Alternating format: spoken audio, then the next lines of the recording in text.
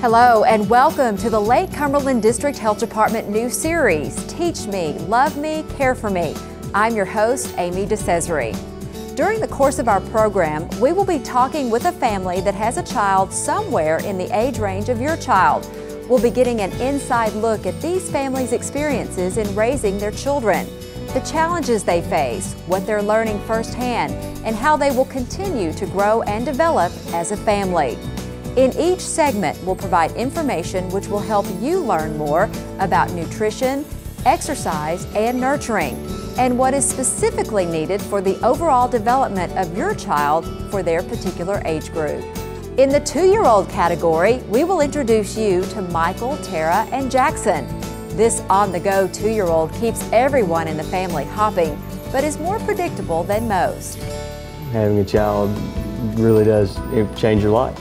I mean, it makes things busier and changes your priorities, and obviously changes your schedule from day to day. Where it used to be what we had planned, it was what he's got planned. So it certainly makes an impact every day.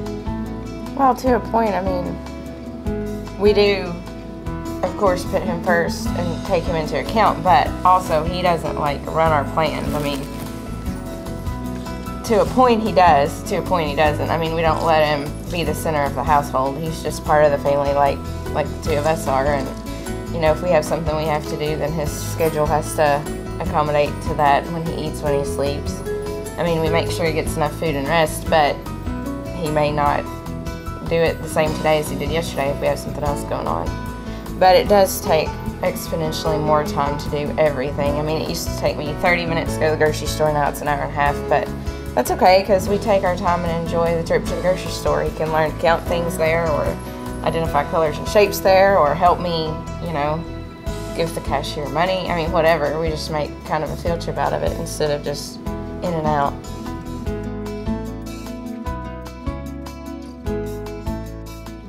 How do you keep from developing picky eaters?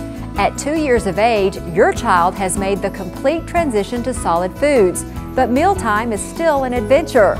You should still be introducing a variety of healthy foods and adding different foods every so often to keep things interesting.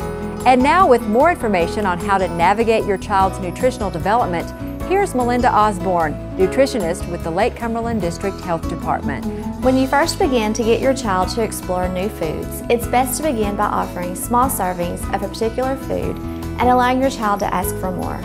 This not only helps you learn which foods your child likes, but will also help make sure you've satisfied their hunger. Once they've stopped asking for more, mealtime is over.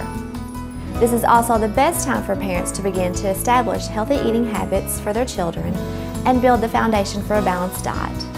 By starting early to help develop your child's taste for healthy foods, they will have a better chance of sticking with a healthy diet as they grow. This is also a good time to switch from whole milk to 1% or less. At this time, the child doesn't need the extra fat that whole milk has provided in their earlier years. How many times have we heard, "Don't play with your food"? Obviously, you don't want to use food for toys, but there's no rule against making food fun. Cutting sandwiches into fun shapes or serving your child's milk with a silly straw is a great way to make mealtime fun. Serving pasta in shapes like letters or animals also makes meals fun as well as educational. Showing your child how to dip foods in, for instance, ketchup, applesauce, or yogurt, adds a new level of adventure to mealtime, as well as letting your child help you cook. Get your child involved with their food, and developing good nutritional habits will last for a lifetime. For breakfast and lunch, he's more involved than dinner, because dinner, I'm usually cooking for us and then making his separate, so he kind of, plus Michael's home, so they have their time while I'm cooking. For breakfast and lunch, he'll help me. He'll tell me what he wants to eat.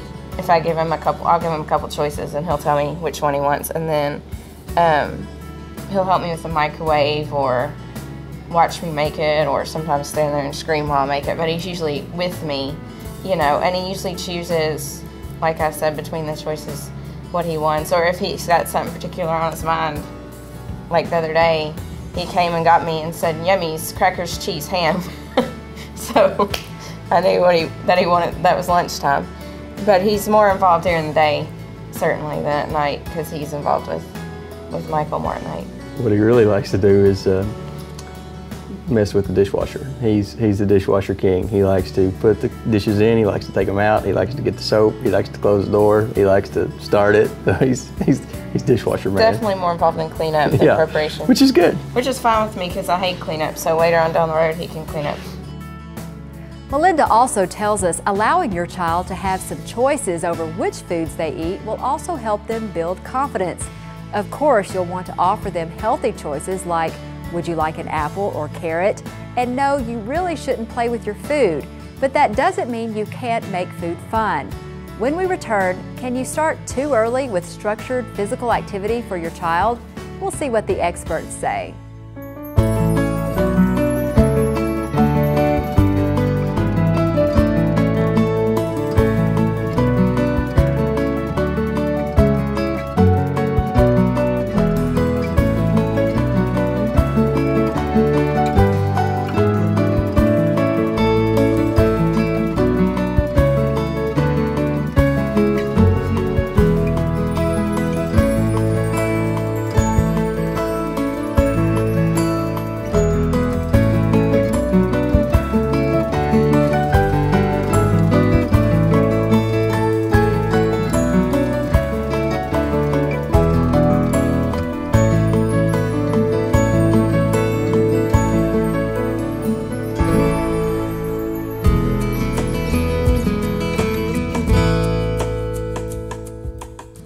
At this stage in your child's development, you really need to begin to take physical activity seriously. The National Association for Sports and Physical Education has some very specific recommendations for toddlers. Now, with more information on your child's needs and physical development at age 2, here's Jackie Hodges, personal trainer and health educator with the Lake Cumberland District Health Department. Physical activity in adulthood and for children is an essential component of our physical and mental well-being. So really, we shouldn't be surprised to know that establishing both structured and unstructured playtime is important as early as age 2. And believe it or not, statistics indicate 60 minutes of structured physical activity per day is recommended. Activities like going to the playground, going out for a walk, or going to a parent and child tumbling class. 1 hour of unstructured free play each day when your child can explore and play with toys is also important. There's a few activities, you know, it's not necessarily an organized game, but a few activities at his age that he really thinks are fun and we'll do with him. One, you know, just for whatever reason is he has a little basketball, and he'll if you watch him, he'll just take it and throw it in the air and watch it come down for an hour. I mean, that's a lot of fun for him to be able to throw it in the air and then go chase it. And so anything with the ball, he's very involved in. Throwing it, go chase it, hit it with a golf club, smack it with a stick. You know, if it's a ball, kick it, whatever he can do with it, he likes it. Also, he's just now in the last couple of months understood what a jump is, and he loves to jump. He'll and we try to get him to say, can you jump 5 times in a row? And he'll try to jump 5 times in a row, and he thinks that's the grandest thing, that he can jump as many times as we tell him to. So jumping, running, throwing a ball, that's pretty much his agenda every day.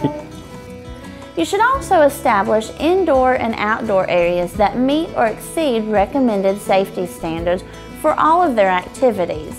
And you shouldn't allow your child to remain sedentary for more than 60 minutes at a time, except of course when they're sleeping. Following these guidelines will help give your child a healthy start to an active lifestyle. Now that your child is able to get around more on their own, the number of games and activities they can enjoy has gotten much bigger. Along with the usual jumping and ball games, you can add games that involve more coordination and even combine vocal and physical activities like sing and hop. At this age, imitation games are important for your child's development. The classic Follow the Leader is a great place to start. You can also give your child a good head start on developing good work habits by creating pretend jobs and making them fun. Create a new world for your child as you help them develop their imagination and good physical health. Jackie also tells us there are plenty of ideas in your TLC Tips Playtime, but you don't have to stick strictly with them. Be creative and use the basic games to create your own activities to keep your child active and healthy. When we return from our break, we'll look at the importance of creating reassuring routines for your child.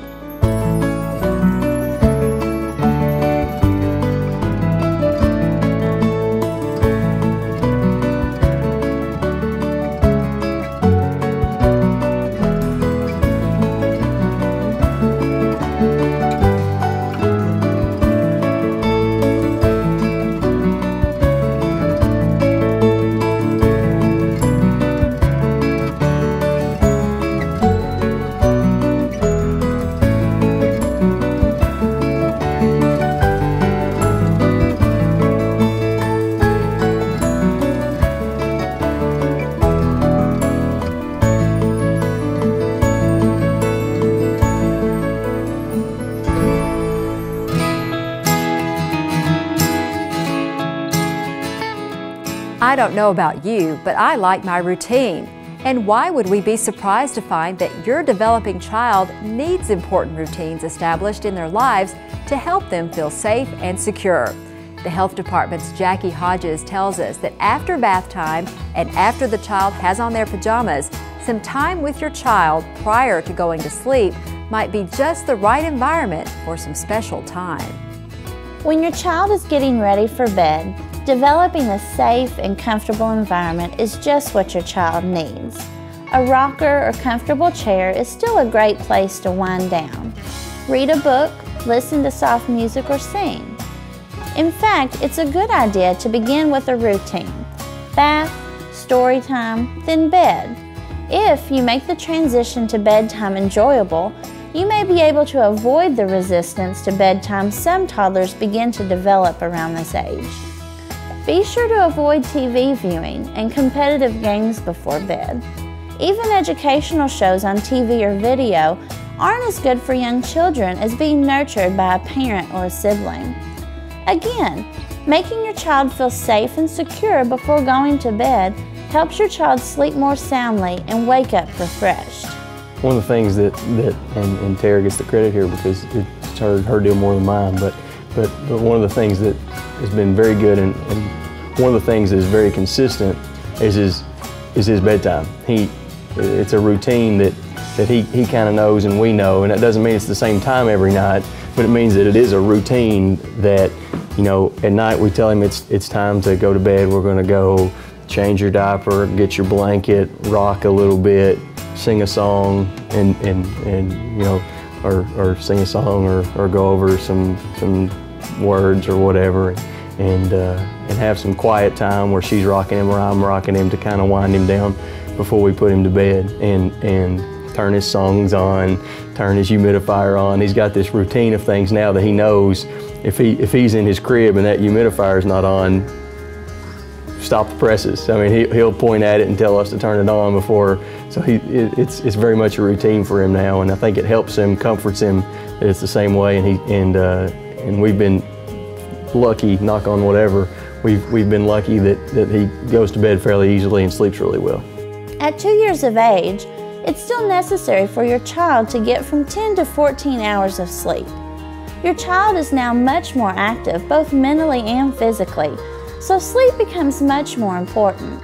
According to studies, children who get adequate sleep have better attention spans, they stay calmer, and they don't become overwhelmed as easily when faced with lots of new things. And one more important thing to note, with adequate sleep, your child will become less likely to have night terrors. As always, be sure to give your child lots of snuggles at bedtime, leaving them with the pleasant thought of mom's, dad's, or even sisters' or brothers' love before going to sleep gives them a good feeling, which helps them relax and enjoy a good night's sleep. I think what we want for Jackson going forward is that he is able to live the rest of his life safe and happy and comfortable with who he is. And so I think in a lot of ways we realize that it would be easier to let him do what he wants. It would be easier to let him eat what he wants. It would be easier not to fight some of the battles that you fight, but it's a down payment on things that are coming down the road, to make him realize there's consequences, to make him realize that things like what you eat and what you wear and how you act are important, so that he knows and is comfortable with who he is, and he can make good decisions in the future. And so, you know, if it takes a little more effort and discipline, and it does. I mean, right now, you know, we're not bragging on ourselves, but that, you know, that's a choice we're willing to make, and extra effort we're willing to take, and I would hope that anyone who has a kid would be willing to make that effort and take that extra time. Kind of along the same lines as what he said, I want him to learn that he can, you know, be who he is, be independent, make his own decisions, but within the guidelines of wherever he is. I mean, you know, you hear people say, well, we don't have a lot of rules because we want our child to be free to be who they are and make their own decisions. That's fine.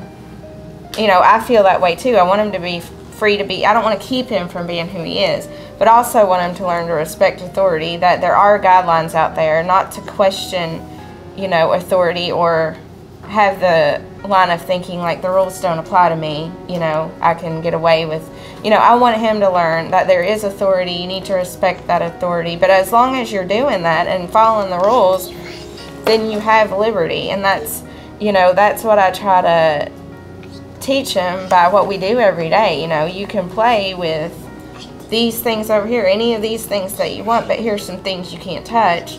You know, you can eat these things over here, but here's some things you shouldn't eat. And give him plenty of choices instead of being so strict that, you know, he only has one choice. Give him plenty of choices, but then making him know, you know, this is Mama and Daddy's house too. It's not just your house, you know. Teaching him to respect others and their things, and teach him to respect authority while giving him liberty at the same time. I think both are possible. One of the conversations that we actually had between ourselves before he was born was that one of the lessons that we wanted to make sure Jackson learned somewhere in his toddler years was that he wasn't the center of the universe, and that's very difficult, because when he was born he was, and he had to be, and that's the way it was. But at the age he is now, just turning 2, trying to start or continue with those lessons that other people are important. Sometimes you have to give up what you want for the benefit of someone else. Sometimes you have to wait your turn for something. And it's little lessons: sharing, waiting your turn, giving up something you want. You know, if somebody else needs a toy, give up one of yours. Those kind of little lessons, and unselfishness. And that's one of the, you know, I think that's a problem with a lot of young people his age today, is there's never taught unselfishness, and that was one of the things we wanted to be sure that we emphasized when he was growing up.